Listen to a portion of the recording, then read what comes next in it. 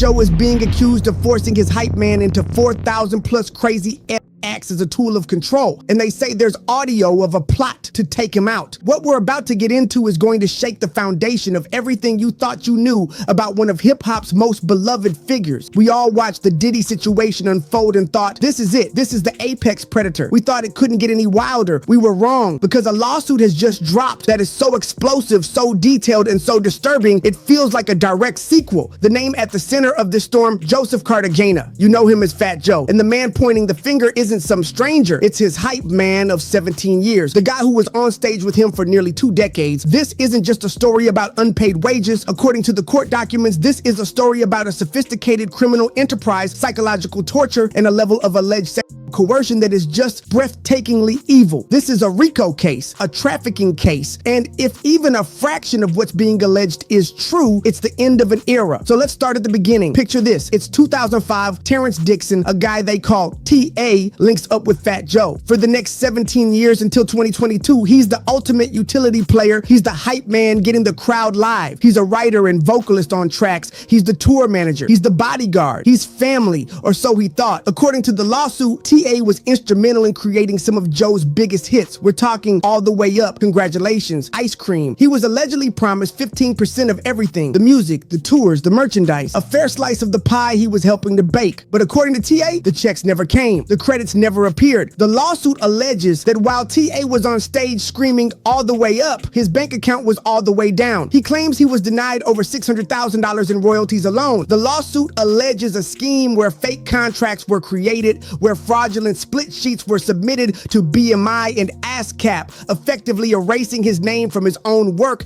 and funneling all the money back to the top. And the on-the-ground theft was allegedly just as brazen. The lawsuit claims TA was booked for over 200 shows with contracts saying he was paid $3,000 per show. But in reality, he was allegedly handed just $250 in cash. While the crew flew first class, he was allegedly sleeping in hotel lobbies. In one instance, the lawsuit claims a $30,000 check from Live Nation with his name on it was intercepted by Fat Joe and used to pay Joe's own personal tax bill. But this isn't just about stealing from one guy. The lawsuit paints a picture of a full-blown criminal enterprise. It names Joe as the alleged ringleader. It names Pistol Pete Torres and Richard Rich Player Josie as the enforcers. It even names an alleged fake lawyer who set up shell companies. They allegedly laundered cash through the UPNYC sneaker store and filed for fraudulent PPP loans meant for businesses struggling during the pandemic. This is why the lawyers are coming with a RICO charge, the Racketeer Influenced and Corrupt Organizations Act. That's the law they use to dismantle the mob. They're not just accusing a man, they're accusing an entire organization of being fundamentally criminal. But the money, the fraud, as insane as it sounds, that's not the holy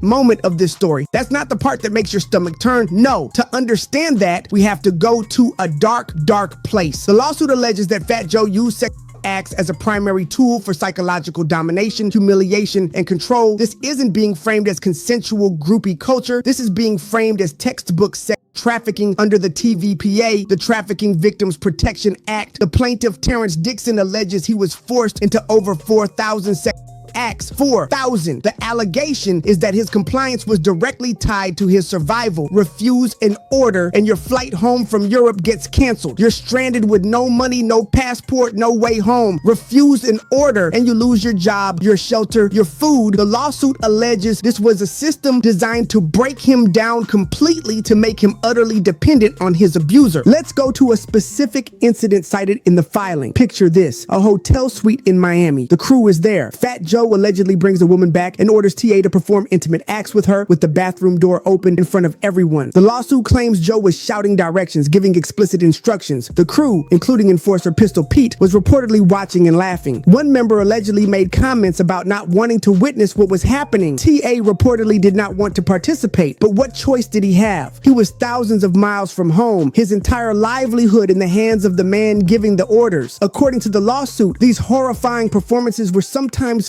filmed, always orchestrated, creating a constant state of surveillance and shame. This wasn't about pleasure. It was about power. It was about ownership. And when you try to leave an organization like that, the Terror Squad mantra was allegedly clear. Nobody leaves Terror Squad in one piece. They would point to past incidents, like the infamous slashing of Cuban Link, as a reminder. And this is where it gets chilling. When TA started speaking out, trying to get his money and his life back, the enterprise allegedly moved to silence him. The lawsuit contains what it claims is an audio recording of a conspiracy to commit violence. On the call, it's allegedly Pistol Pete, the enforcer, talking to a mutual contact. Pete is allegedly trying to get this contact to lure TA to a meetup. The quotes from the alleged recording are straight out of a movie. He can't come around the hood. He needs to be dealt with accordingly. And then my hood is going to bring him to me like they always done. The message was clear. TA violated the code by speaking out, and he had to pay the price. They even allegedly used coded language. Ketchup meant slashing somebody. Corbin meant putting them in a casket. This wasn't just a threat. The lawsuit presents it as an active plot, a predicate act for the RICO charge. And just when you think it can't get any worse, it does. The lawsuit drops one final catastrophic bombshell. It alleges that Fat Joe had inappropriate relations with 3 different underage women. One was allegedly 16, another was 15, allegedly flown to Miami and given cosmetic surgery. The lawsuit even claims Joe covered up a case involving the producer Dre from Cool and Dre, who allegedly confessed to inappropriate conduct with a 15-year-old singer named K Rose before her career mysteriously vanished. So here we are. A respected hip-hop icon is facing a tidal wave of allegations that mirror the worst crimes we've seen from figures like R. Kelly and Diddy. The lawsuit is filed by Tyrone Blackburn, a lawyer known for taking on these high-profile, high-stakes cases. He doesn't play games. The biggest question is, why now? And why didn't Joe settle? In a world where the feds are raiding Diddy's mansions based on similar types of allegations, why would you let a lawsuit this detailed, this specific, with alleged audio recordings ever see the light of day? These are, for now, all allegations in a civil complaint, but they are terrifyingly specific. The sheer volume of it, the financial fraud, the RICO enterprise, the threats of violence, the 4,000 alleged coerced acts, and the claims involving minors paints a portrait of a man and an organization allegedly operating with absolute impunity for nearly 2 decades. The dam has broken in hip-hop,